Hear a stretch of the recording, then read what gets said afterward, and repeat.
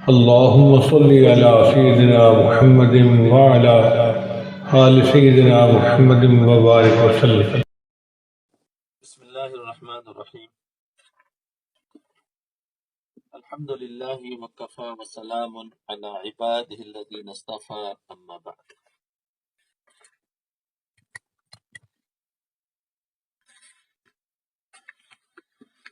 دیکھو، گناہوں کا علاج توبہ. توبہ کے بارے میں الگ الگ عنوان سے بات آ رہی تھی. فرمایا عبادت کی توفیق قبولیت کی علامت ہے. پھر اس کے بعد ایک ملفوظ پڑھا تھا حضرت والا کا، وہاں سے ہمیں بات آج کرنی تھی کہ جب تک صاحب عمل کو اس سے اندیشہ ہوتا رہے، یعنی عمل والے کو، کہ مبادا کہیں نفس کا شائبہ نہ ہو گیا ہو، حفاظت خداوندی اس کی رفیق رہتی ہے، لیکن تدارک بالاستغفار کرتے رہنا چاہیے. اس کی تشریح سمجھو. وہی بات بیان فرما رہے جو میں نے ابھی عرض کی کہ یہ راستہ بھی عجیب و غریب قسم کا ہے. یہ راستہ بھی عجیب و غریب قسم کا ہے کہ بظاہر اس میں بعض باتیں متضاد معلوم ہوتی ہے، لیکن حقیقت میں متضاد نہیں ہے، یعنی ضد، اپوزٹ. یہ کہ ایک طرف ایسا ایک طرف ایسا ہے، حقیقت میں کچھ نہیں. چنانچہ ایک طرف یہ حکم ہے کہ عمل کرتے رہو، ایک طرف تو یہ حکم ہے عمل کرتے رہو اور عمل سے مایوسی نہ ہو، بلکہ عمل پر اللہ تعالیٰ کا شکر ادا کرو کہ ان کی توفیق سے یہ عمل میں نے انجام دے دیا. اور اس عمل کی تحقیر مت کرو کہ یہ عمل کیا ہے، یہ عمل کیا ہے، یہ تو ٹکرے ماننے ہے وغیرہ. یہ تحقیر مت کرو. ایک طرف تو یوں کہتے ہیں اور دوسری طرف یہ بھی حکم ہے کہ اس عمل پر جب بھی اس عمل پر عجب بھی نہ ہو. ایک طرف یہ بھی کہتے ہیں کہ اس عمل پر عجب بھی نہ ہو اور عمل کے بعد دماغ میں گھمنڈ نہ ہو کہ ہم نے تو بڑا کام کر لیا، اس کے نتیجے میں عجب کے اندر مبتلا ہو کر اپنے آپ کو اللہ والا سمجھنے لگے وغیرہ. تو اس بات اصل بات یہ ہے کہ انسان کو ان دونوں باتوں کے درمیان رہنا چاہیے. عمل کے بعد ڈرتے رہنا چاہیے. لہذا ایک طرف عمل بھی کرو، دوسری طرف دل میں یہ اندیشہ بھی رہے، ڈر بھی رہے کہ میرے کسی نفسانی شائبے سے، یعنی نفس کی وجہ سے کہیں یہ عمل خراب نہ ہو گیا ہو. اسی بات کو ہمارے بزرگ نے دو الفاظ میں بیان فرما دیا کہ عمل کرتا رہے اور ڈرتا رہے. کرتے رہو اور ڈرتے رہو، بس یہ ہے. کرتے رہو اور ڈرتے رہو. ڈرنے کی وجہ سے کرنا مت چھوڑ دو اور کرنے کی وجہ سے ڈرنا مت چھوڑ دو. کیوں کہ کر تو لیا ہے، پتہ نہیں اس میں عجب آ گیا ہو، پتہ نہیں اس کا حق ادا نہ ہوا ہو، پتہ نہیں اس میں کیا کیا، اس لیے ڈرو. تو ڈریں گے تو فخر نہیں آئے گا، تکبر نہیں آئے گا، عجب نہیں آئے گا. وہ ڈر اس لیے رکھا ہے. اور ڈر میں اور آگے بڑھ جاؤں گے تو عمل ہی چھوٹ جائے گا. بولے میرا تو عمل کہاں ٹھکانے والا ہے، تو اس کی وجہ سے عمل چھوڑ دو. یہ بھی نہیں کہ ڈر کی حدود ہے، تو اس حدود سے آگے بڑھ جاؤں گے تو عمل چھوٹ جائے گا. اور اگر اس حدود سے نیچے اتر جاؤں گے تو تکبر آ جائے گا. ڈر کو بالکل نکل گیا تو تکبر، اور ڈر زیادہ بڑھ گیا تو عمل چھوٹ جائے گا.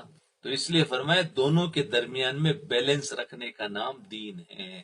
کرتے رہو، ڈرتے رہو. جب تک یہ فکر اور اندیشہ رہے گا اس وقت تک حفاظت خداوندی اس کی رفیق رہے گی. جب یہ خوف ہوگا، یہ ڈر ہوگا تو اللہ تعالیٰ اس کی حفاظت فرمائیں گے. اور ساتھ میں اس خوف کا تدارک بالاستغفار کرتے رہنا چاہیے. تدارک یعنی اس کو کور استغفار سے کرتے رہو کہ اللہ میں نے یہ عمل تو کر لیا، لیکن مجھے اندیشہ ہے کہ میرے کسی نفسانی شائبے سے کہیں یہ عمل خراب نہ ہو گیا ہو. یا اللہ اس نفسانی شائبے سے استغفار کرتا ہوں. جی، لہذا نہ تو اس عمل سے مایوس ہو اور نہ گھمنڈ میں مبتلا ہو، دونوں باتیں غلط ہیں۔ حضرت جنید بغدادی رحمۃ اللہ علیہ نے بڑی عجیب بات ارشاد فرمائی۔ جنید بغدادی رحمۃ اللہ جو یاد رکھنے کے قابل ہے، فرمایا کہ جو شخص عمل کر کے یہ سمجھ رہا ہے کہ اس کا یہ عمل اس کو جنت میں لے جائے گا، جو شخص عمل کر کے یہ سمجھ رہا ہے کہ اس کا یہ عمل جنت میں لے جائے گا تو وہ فضول محنت کر رہا ہے۔ ڈر کی وجہ سے عمل چھوٹ جائے تو کیا کرے؟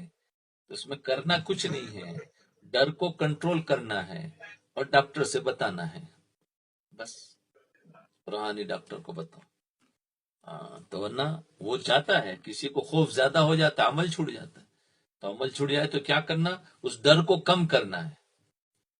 اور ڈر کم ہوگا کیسے؟ خود نہیں کر سکیں گے، اس لیے کہ خود تو خود وساوس میں ہیں، بلکہ اس کے لیے جو ڈاکٹر ہے ان سے پوچھنا چاہیے، شیخ سے پوچھنا چاہیے، اللہ والوں سے پوچھنا چاہیے کہ میرے اندر یہ چیز ہے تو میں کیا کروں۔ جسمانی اعتبار سے ہم فوراً ڈاکٹر سے رجوع کرتے ہیں، تو ہمارے ایمان کا معاملہ ہے تو پھر ہمیں ڈاکٹر سے رجوع کرنا چاہیے۔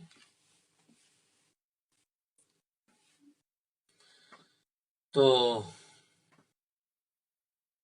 لہذا نہ تو اس عمل سے مایوس ہو اور نہ گھمنڈ میں مبتلا ہو۔ تو عمل سے مایوس ہوگا جب خوف بڑھ جائے گا، اور خوف نکل جائے گا تو گھمنڈ میں مبتلا ہو جائے گا، دونوں باتیں غلط ہیں۔ تو حضرت جنید بغدادی رحمۃ اللہ علیہ کا ارشاد ہے، فرمایا انہوں نے ایک بڑی عجیب بات ارشاد فرمایا جو یاد رکھنے کے قابل ہے، فرمایا کہ جو شخص عمل کر کے سمجھ رہا ہے کہ اس کا یہ عمل اس کو جنت میں لے جائے گا تو وہ فضول محنت کر رہا ہے، اور جو شخص عمل کیے بغیر یہ سمجھ رہا ہے کہ وہ اللہ تعالیٰ کی رحمت سے جنت پہ چلا جائے گا تو وہ اپنے آپ کو دھوکہ دے رہا ہے۔ دیکھو دونوں غلط، عمل کرنے والا بھی غلط، عمل نہ کرنے والا بھی غلط۔ عمل کرنے والا کیسے؟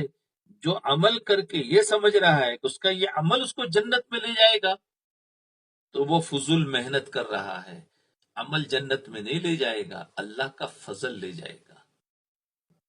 جی، اور جو شخص عمل کیے بغیر یہ سمجھ رہا ہے کہ اللہ تعالیٰ غفور الرحیم ہے، اللہ کی رحمت سے میں جنت میں چلا جاؤں گا، تو وہ اپنے آپ کو دھوکہ دے رہا ہے، دھوکہ دے رہا ہے۔ اس لیے انسان سے میں اپنا عمل سے سوچے کہ میں جنت میں جاؤں گا تو یہ تو دھوکہ ہے، فضول محنت ہے۔ عمل تو کرنا ہے، اللہ کا حکم ہے، لیکن اللہ اپنے فضل سے جنت میں ڈالے گا، کیونکہ عمل تو 100% صحیح کہاں ہے؟ جی وہ تو گفٹ میں اللہ تعالیٰ دیں گے کہ تم نے محنت کی ہے اس لیے دے رہا ہوں، ورنہ یہ سیلری نہیں ہے۔ سیلری تو اس وقت دی جاتی ہے جب کام صحیح کیا ہو۔ کوئی دکان میں ورکر کو رکھتے ہیں، اس کو ہم سیلری دیتے ہیں کہ اس نے کام صحیح کیا، لیکن کام تو نہیں کیا اور ہم نے اس کو دے دیا، وہ سمجھے کہ دیکھا میں نے کام کیا، تو وہ کام وہ دے نہیں رہا، اس لیے نہیں دے رہا ہے، بلکہ تو نے صحیح کرنے کی کوشش کی ہے اس لیے میں دے رہا ہوں۔ تو اسی طریقے سے ہمارے اعمال پر جنت ملنا گویا میرے عمل سے نہیں، میرے عمل ایسے ہے ہی نہیں کہ میرے عمل سے مجھے جنت ملے، بلکہ اللہ تعالیٰ ہماری اس کوشش پر ہمیں گفٹ میں جنت دے، فضل، جس کو فضل کہتے ہیں۔ جی تو یہ ہے، اس لیے فرما رہے ہیں کہ تو سمجھے کہ میں عمل کروں، عمل سے جنت، یعنی میں نے کام کیا، مجھے کام کا مجھے پیسہ ملنا چاہیے، جیسے ہوتا ہے نا ورکر میں نے کام کیا ہے، ایک دن کیا تو ایک دن کا پیسہ، مہینہ کیا تو مہینے کا پیسہ۔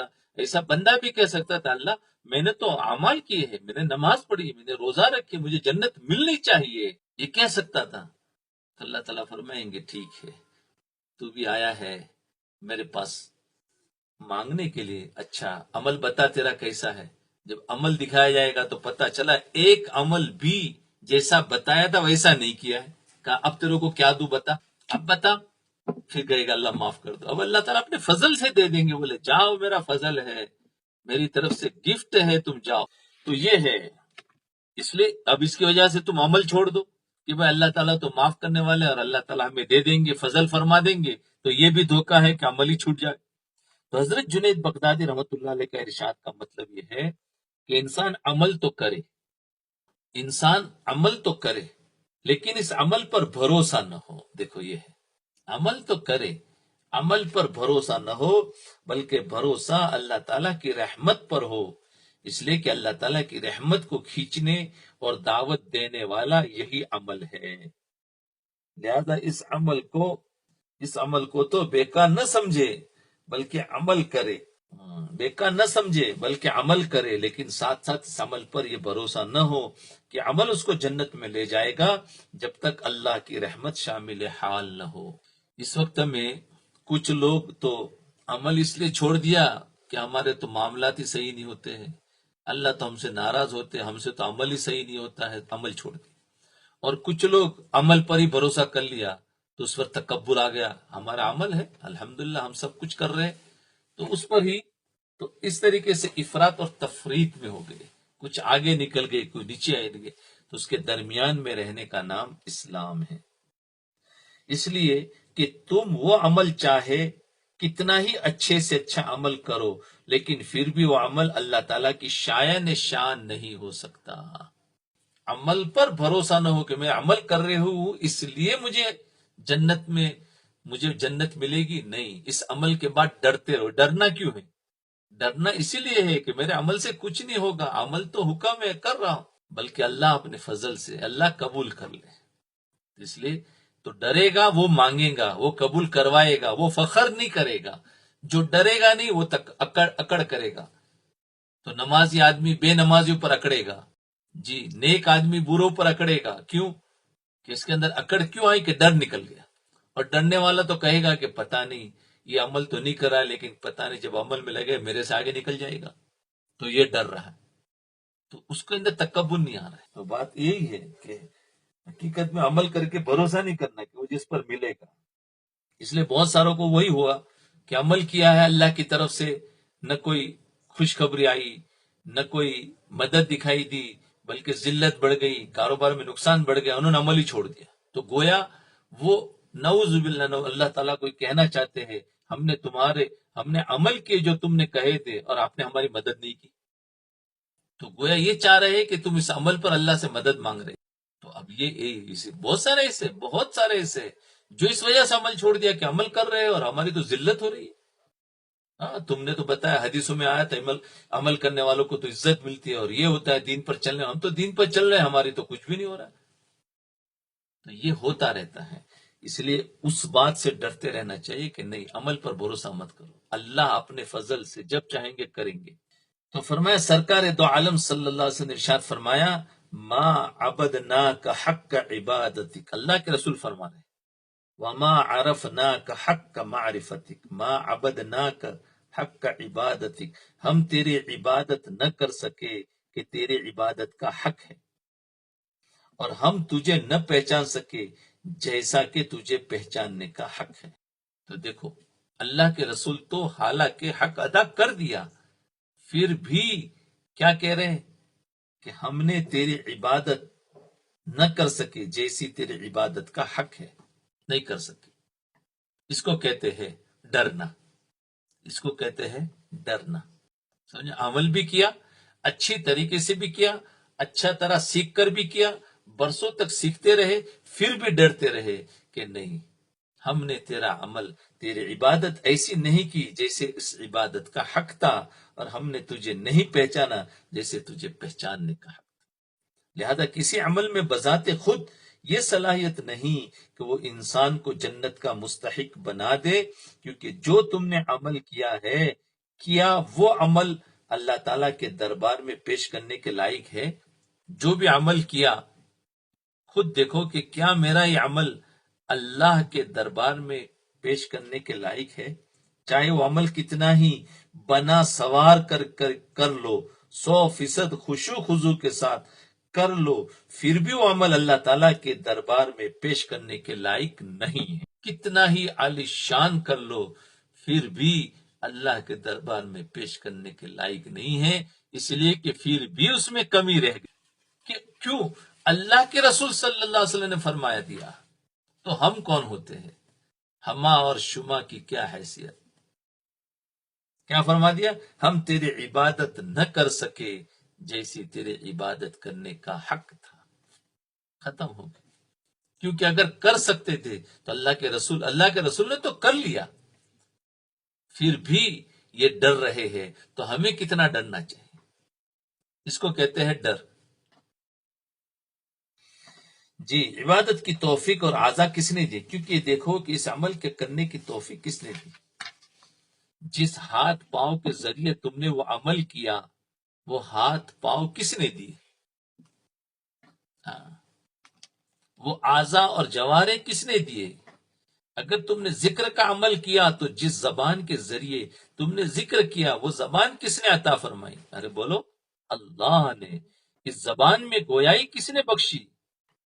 بولو، اللہ نے۔ بولتے رہو۔ ہاں، اس میں گویائی، بولنے کی طاقت، یہ سب تو انہی کا دیا ہوا ہے، پھر کیا ان کی بارگاہ میں پیش کر رہے ہو؟ کیوں؟ یہ بتا رہے ہیں اس لیے کہ ہمارا تو کچھ ہے نہیں۔ زبان اللہ نے دی، ہاتھ اللہ نے دیے، پاؤں اللہ نے دیے، اور پھر اس کی عبادت کر رہے ہیں، تو اس میں کیا کمال ہوا؟ سب اسی کا دیا ہوا ہے، تو یہ سب تو انہی کا دیا ہوا ہے، پھر کیا ان کی بارگاہ میں پیش کر رہے ہو؟ تو کیا تم نے خود کیا کیا ہے جو اس کو پیش کر سکو؟ توفیق بھی اسی نے دی، ہاں؟ بلکہ انہی کی دی ہوئی چیز ان کی بارگاہ میں پیش کر رہے ہو، انہی کی دی ہوئی چیز اس کی بارگاہ میں پیش کر رہے ہو، تو وہاں پر کیا فخر ہو سکتا ہے؟ بتاؤ۔ یہ تو ایسا تھا، کسی نے 100 روپیہ ہمیں دیا اور ہم نے اس کو کہا لو تمہیں 100 روپیہ گفٹ دیتے ہیں۔ جس نے دیا تھا ہم کو 100 شلنگ واپس اس کو دیا، تو کیا کہیں گے؟ اور پھر فخر کرو کہ او ہو، دیکھا میں نے تمہارے پر احسان جتاؤ کہ میں نے دیکھو تمہارے اس دن تم کو میں نے 100 شلنگ دیے، تو بتاؤ یہ کوئی احسان ہے؟ یہ کوئی احسان ہے؟ کچھ بھی نہیں ہے۔ انہوں نے دیے تھے اور تم نے ان کو بھی دیے۔ انہوں نے 1000 دیا، تم نے ان کو 1000 گفٹ دیا۔ بلکہ انہوں نے تو 1000 دیا تھا، تم نے اس میں سے تو استعمال کر کے 500 دیا، اور 500 دینے کے بعد فخر کرتے ہو، احسان جاتا ہے، تو دیکھو میں نے تم کو 500 شلنگ دیے تھے فلاں موقع پر۔ تو اب یہ کیسا لگے گا؟ ایسا ہی ہو گیا کہ ہم اللہ تعالیٰ کی عبادت کر کے اکڑ شروع کر دے کہ میں نے آپ کا نماز پڑھی، میں نے روزہ رکھا، اور میں نے یہ کام کیا، تو یہ کیا کیا؟ اللہ تعالیٰ فرما رہے ہوا میں نے دی، سورج میں نے دیا، چاند میں نے دیا، زمین میں نے دی، آسمان میں نے دیا، زبان میں نے دی، ہاتھ میں نے دیا، دماغ میں نے دیا، زبان، سب کچھ تم نے میرا کیا ہوا، مجھے پیش کرے اور فخر کر رہے۔ تمہارا کیا ہے؟ تم نے اپنی طرف سے کچھ مجھے دیا ہو تو تم اکڑ کر سکتے ہو کہ ہاں تم نے مجھے کچھ دیا۔ اللہ، کیا بہترین مثال ہے۔ کیا ہمارے اندر تکبر باقی رہے گا؟ تو یہ بات جو سمجھ میں آ گئی کہ اصل میں اللہ کا دیا ہوا اللہ ہی کو واپس کر رہے ہیں، تو اس میں کیا فخر گئے؟ اس میں بھی کتنا تو ہم نے استعمال کرا، پورا پورا حق کہاں ادا کیا؟ اللہ نے جو کچھ بھی دنیا میں نعمت دی ہے، یہ کس لیے دیے؟ تاکہ تم اللہ کی عبادت کرو، اللہ کی بات کو مانو۔ تو اب بتاؤ، نعمت ہم استعمال کر کے ہم اللہ کی تو کتنی نافرمانی کر رہے، اور اس میں سے کچھ فرما برداری کر رہے، اور پھر بھی فخر کر رہے۔ ایک تو ہمیں پورا پورا دینا چاہیے، یعنی پورا پورا جان اور مال اللہ کو دینا چاہیے، اس کی بجائے تھوڑا تو اپنے لیے استعمال کیا، اور تھوڑا بہت اللہ تعالیٰ کے اس پر فخر کرتے، دیکھو میں نے کر دیا۔ کیا کیا؟ کچھ بھی نہیں کیا۔ اللہ اکبر کبیرہ، کیا بات بتا۔ پھر کیا ان کی بارگاہ میں پیش کر رہے ہو؟ بلکہ انہی کی دی ہوئی چیز ان کی بارگاہ میں پیش کر رہے۔ ہمارے اعمال کی مثال تو دیہاتی کے پانی کے مٹکے کی طرح ہے۔ ایک دیہاتی کا پانی کا مٹکا دیکھو، ایک مثال ہے کہ ایک دیہاتی نے بادشاہ سے ملاقات کرنے کا ارادہ کیا۔ اس نے اپنی بیوی سے مشورہ کیا کہ بادشاہ کے لیے کیا تحفہ لے جاؤں؟ تو بیوی نے مشورہ دیا کہ ہمارے گاؤں سے جو نہر جاری ہے اس کا پانی بہت میٹھا اور صاف شفاف ہے، اور بادشاہ کو شہر میں ایسا پانی کہاں نصیب ہوگا، اس لیے تم ایک مٹکا پانی کا بھر کر بادشاہ کی خدمت میں پیش کرو۔ ایک مٹکا پانی بھر کر لے جاؤ۔ اب وہ ہدیہ پیش کرنا چاہتے ہیں تو پانی کا، تو اس دیہاتی کو یہ بات سمجھ میں آ گئی، اس نے ایک مٹکا لیا، اس کو پانی سے بھر کر سر پر اٹھایا اور بغداد کی طرف چل پیدل سفر شروع کر دیا۔ اب راستے میں دھول مٹی اس مٹکے کے اندر اور باہر پڑتی رہی۔ جب کیونکہ پیدل سفر تھا، جب کئی دن کے سفر کے بعد وہ بغداد پہنچا تو اس پانی کے اوپر مٹی کی تہ جم گئی۔ پانی تو ظاہر بات اتنا دور لے کے جائیں گے تو خراب ہو جائے گا، کتنے دن لگیں گے۔ چنانچہ وہ بادشاہ کے محل پر پہنچا، ملاقات کی خواہش ظاہر کی، اور جب ملاقات ہوئی تو اس دیہاتی نے پانی کا مٹکا پیش کرتے ہوئے کہا، حضور یہ میرے گاؤں کی نہر کا صاف اور میٹھا پانی ہے جو میں آپ کے لیے تحفہ لایا ہوں۔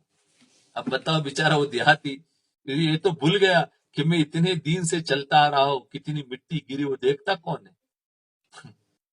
بیچارہ جی۔ تو وہ اب بادشاہ کو کہہ رہا ہے کہ میں اپنے گاؤں کا صاف، شفاف اور میٹھا پانی لے کر آیا ہوں جو میں آپ کے لیے تحفہ۔ بادشاہ نے جب وہ پانی دیکھا تو اس پر مٹی کی تہ جمی ہوئی تھی اور اس میں سے بدبو اٹھ رہی تھی۔ لو کہ کئی دن ہو گئے تھے نا، اب ہفتہ 2 ہفتے ہو گئے ہوں گے، لیکن بادشاہ نے سوچا، دیکھو بادشاہ عقل مند تھا، اس نے یہ سوچا کہ اگر میں نے اس کو لوٹا دیا تو اس کا دل ٹوٹے گا۔ آئے ہائے، دیکھو کتنا عقل مند تھا۔ ہاں، عقل تھا، رحم تھی۔ ہمیں بھی لوگوں کبھی کبھی ایسے ہوتے ہیں، ان کے دل نہیں توڑنا چاہیے۔ کبھی کبھی کوئی بہت چھوٹا سا تحفہ دیتا ہے، کچھ بہت چھوٹا سا، کیا ہوا؟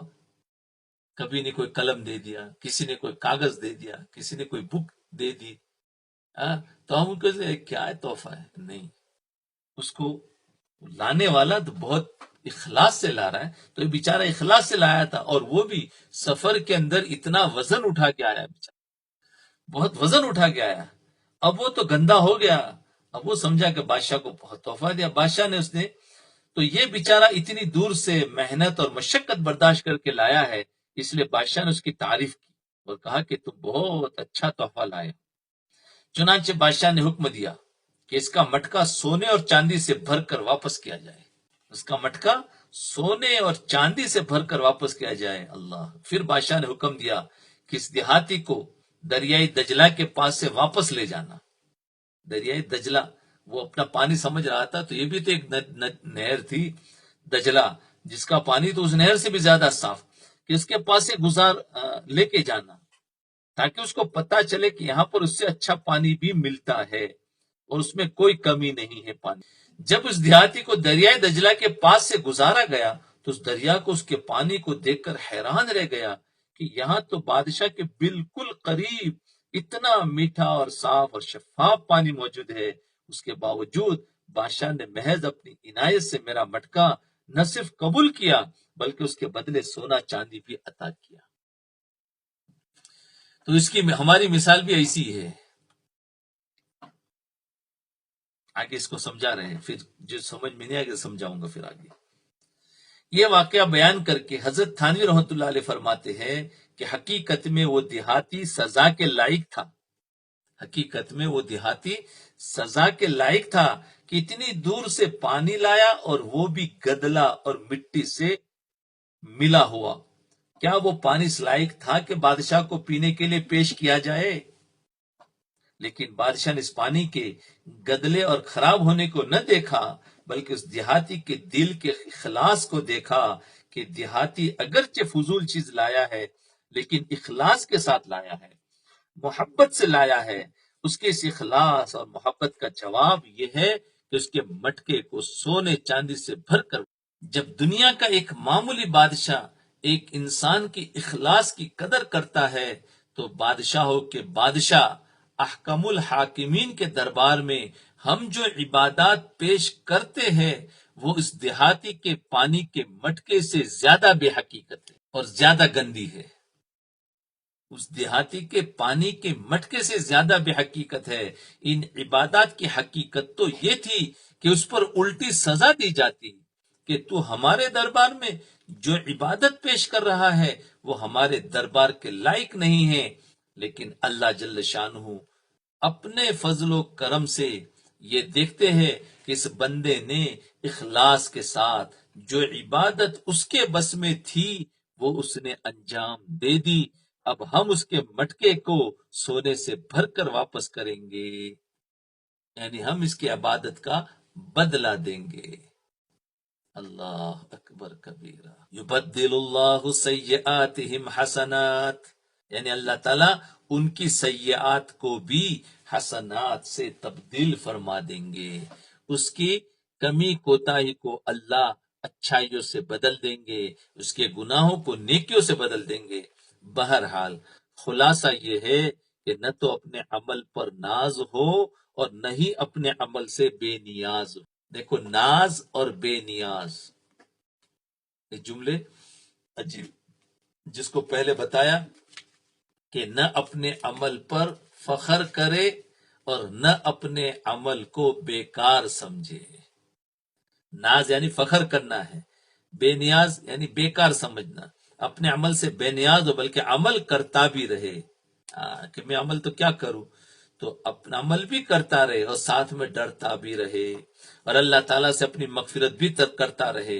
بس یہ کام کرتا رہے تو انشاءاللہ اللہ تعالیٰ اس کو منزل تک پہنچا دیں گے۔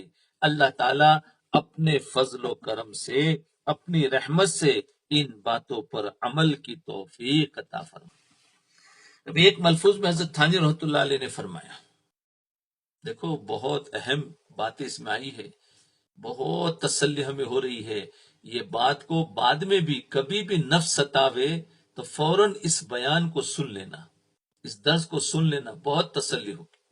یہ بار بار، کیونکہ پھر بھول جاتا ہے انسان، حالات میں مبتلا ہو جاتا ہے، 2-4 مہینے گزر جاتے ہیں، پریشان ہوتا ہے، اس کو سن لو، سال ہو جاتا ہے، اس کو سن لو، یاد رکھے تو اس سے بہت تسلی ملے گی۔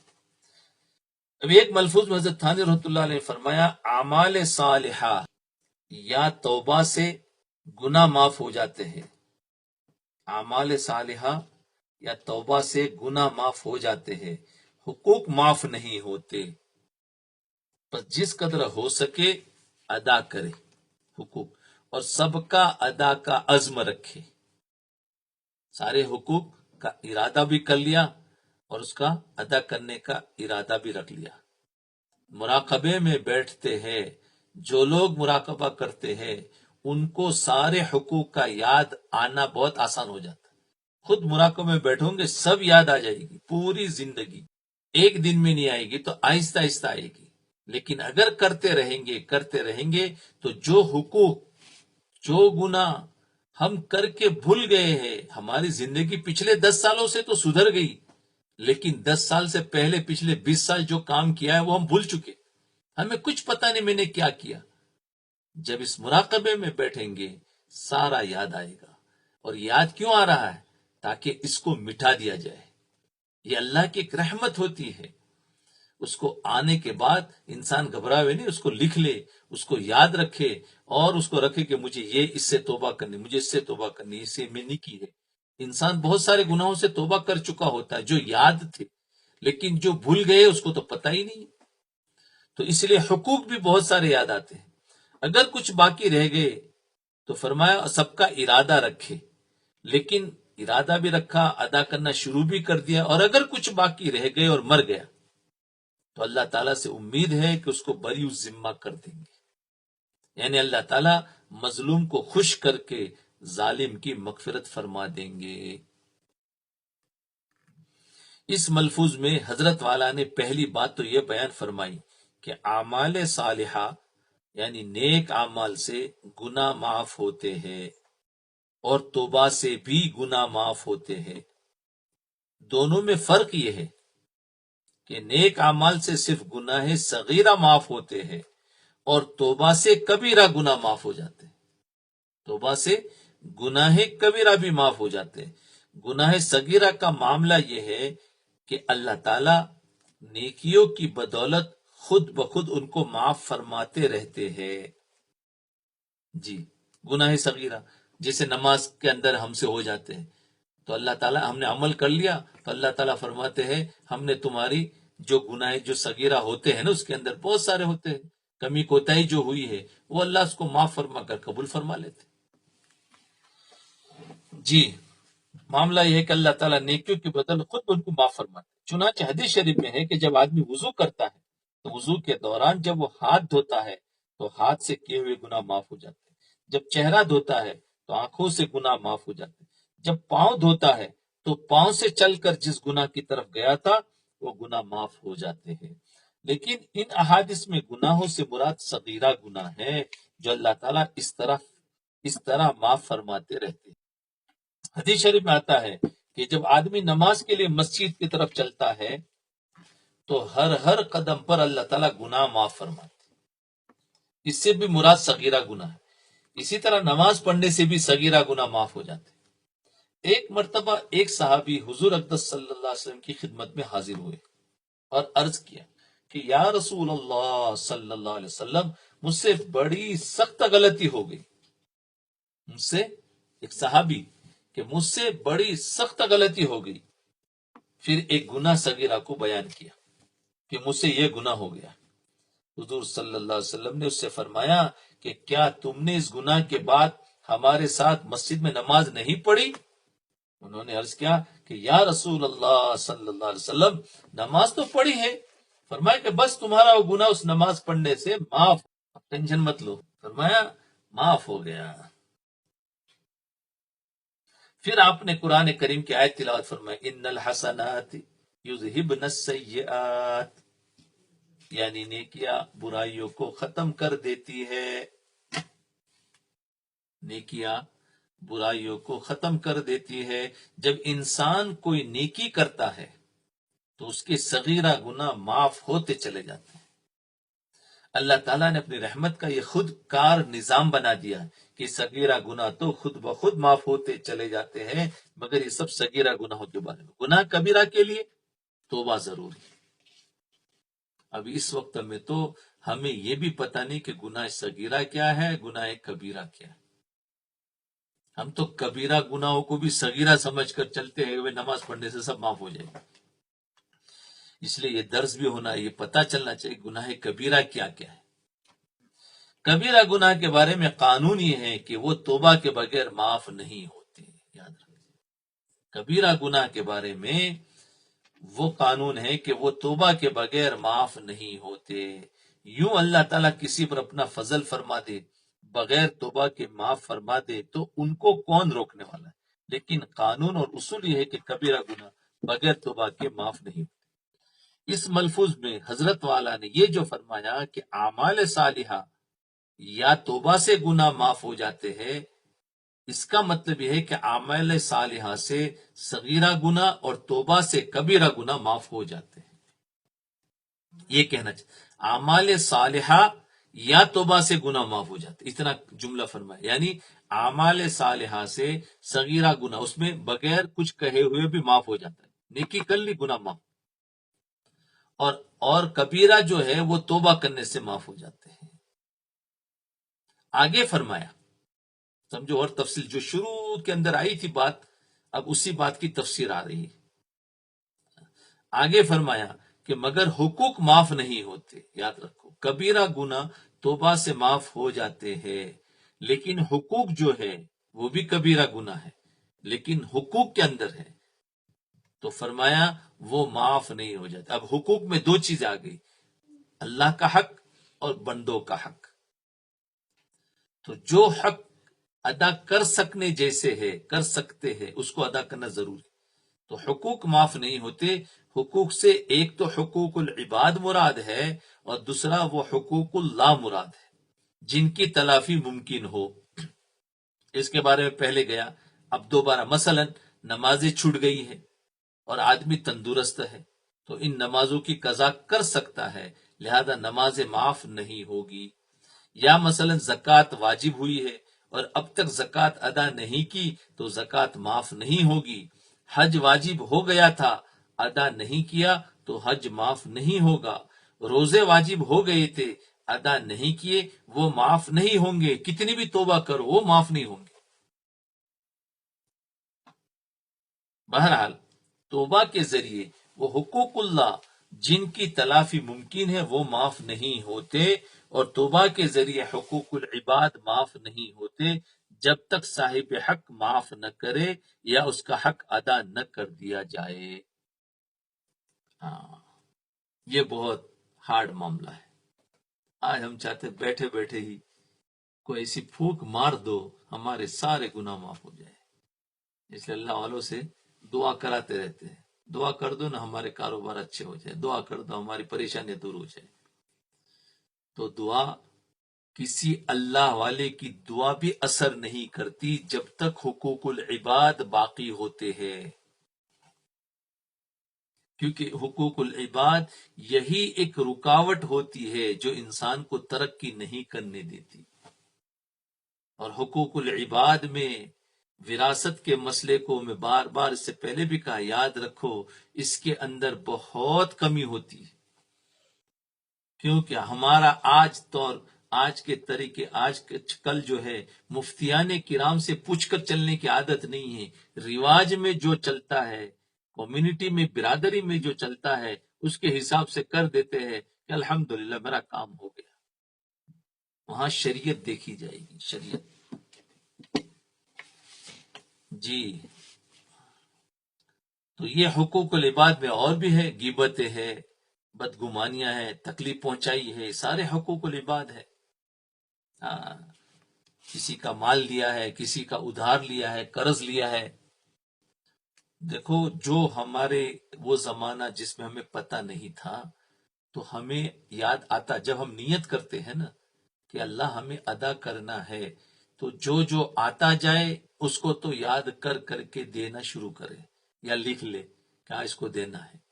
لیکن جو یاد نہیں آ رہا ہے تو اس پر کوئی پکڑ نہیں ہوگی، وہ یاد آئے گا بعد میں، ابھی نہیں آ رہا ہے تو اس کا اگر کبھی موت آ گئی تو اللہ تعالیٰ معاف کر دیں گے، کیونکہ بندے کے بس کا جتنا ہے وہ کر لے تو وہ یاد کرے گا، نیکی کی طرف آتا ہے تو اللہ تعالیٰ جس سے محبت کرتے ہیں پھر اللہ تعالیٰ اس کو دنیا میں گناہوں سے پاک کر دیتے ہیں۔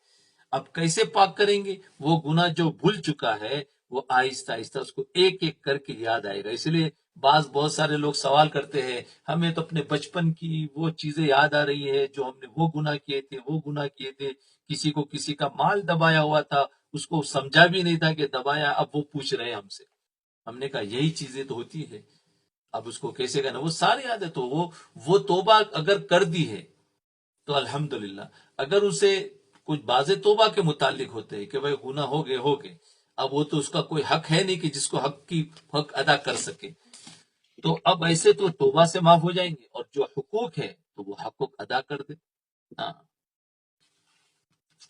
یا اس سے معافی مانگ لے کہ بھائی دیکھو ہمارا لین دین ہوتا رہتا تھا، لین دین کے اندر کوئی کمی کوتاہی اگر ہمیں یاد ہے تو دے دے، لیکن یاد نہیں آ رہی ہے تو معافی مانگ لے، ہو سکتا ہے ہوگا بھی تو وہ اب معاف ہو جائے گی آپس میں کہ بھائی تمہارا بھی معاف نہ میرا بھی معاف۔